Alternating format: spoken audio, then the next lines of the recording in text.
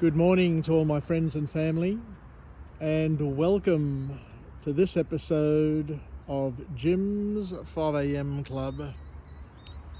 What I'd love to do today on this clearing autumn morning is to go through a book, and today's episode is entitled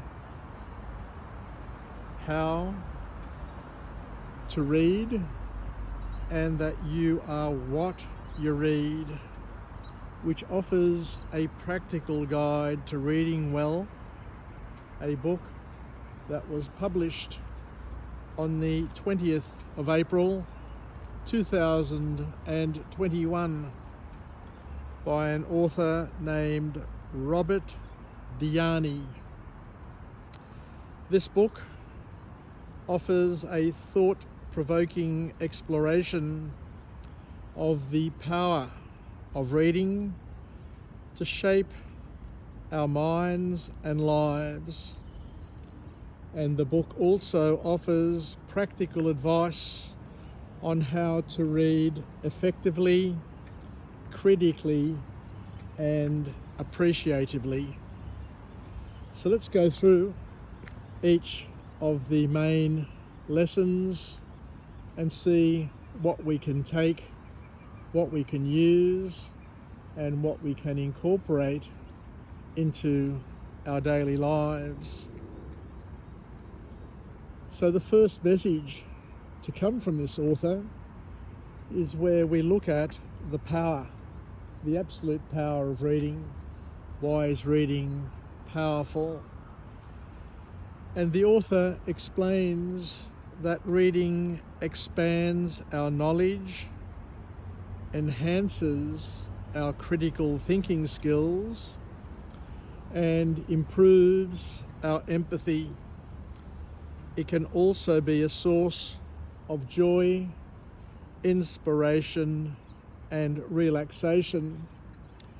And when you sit and think about it, the art of learning is simply the activity of attaching the unknown to the known. So the more that you can know, the more that you can read, the more that you can learn, the more you're able to attach other things to that foundation that you've created. So it's especially important to be able to read, to be able to also develop deep thinking and deep concentration, especially in this world that is characterized by shallow thinking and shallow, superficial cognitive capacity and processing. So the author goes on to talk about another thing called active reading and its importance, and says that active reading involves engaging with the text by asking questions, making connections, and taking notes, because this approach helps to deepen the understanding and enhance the retention, which is what it's all about. We need to read and to try and broaden our perspective and to enhance our critical thinking. Critical thinking allows us to evaluate information, identify biases, and form our own independent opinion. By reading critically, we can develop a more nuanced understanding of the world and help develop our style of thinking and our own worldview, which is independent. The author here also says something very interesting where he talks about the benefits of diverse reading, so changing it up, reading a variety of genres and welcoming different perspectives, according to this author, can broaden our horizons and change the many assumptions that we live our life based on. And simply by exposing ourselves to different viewpoints, we can develop a more rounded, a well-rounded, in fact, understanding of the world. A very interesting and a very welcome observation by this reader. The author also mentions that you can, if you want, read for pleasure. Reading for pleasure can be a relaxing and an enjoyable experience. By reading books that we enjoy, we can reduce stress in our lives and also improve our mental health.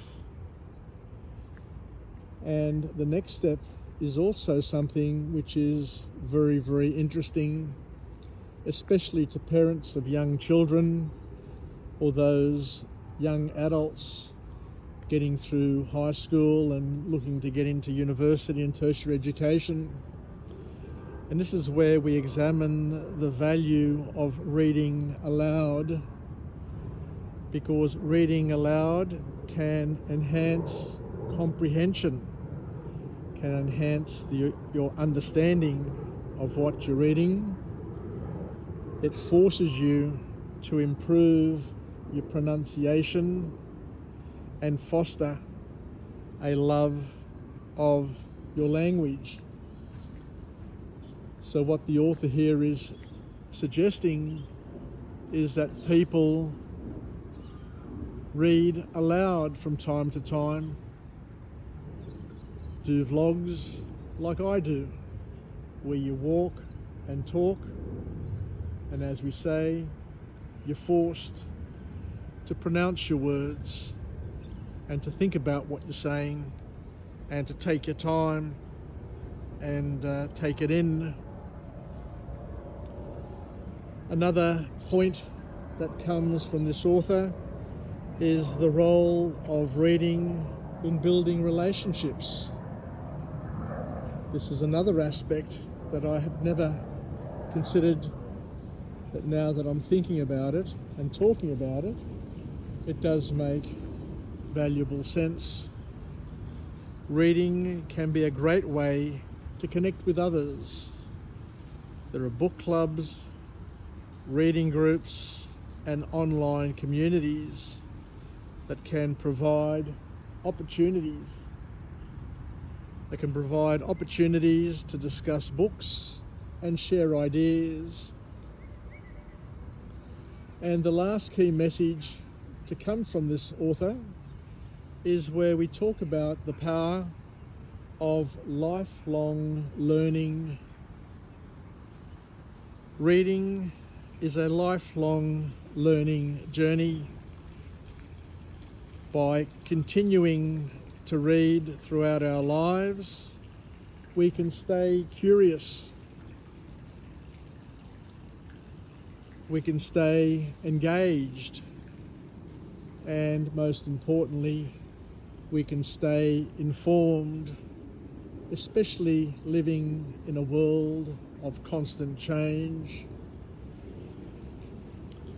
So in summary, this book, You Are What You Read, proves to be a valuable resource for anyone who wants to improve their reading habits and expand their knowledge.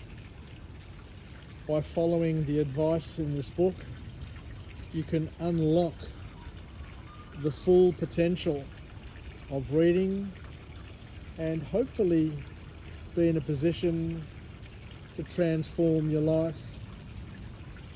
So thank you very much for joining me on this episode of Jim's 5am Club, where I come to you from the beautiful grounds of Sydney University early in the morning.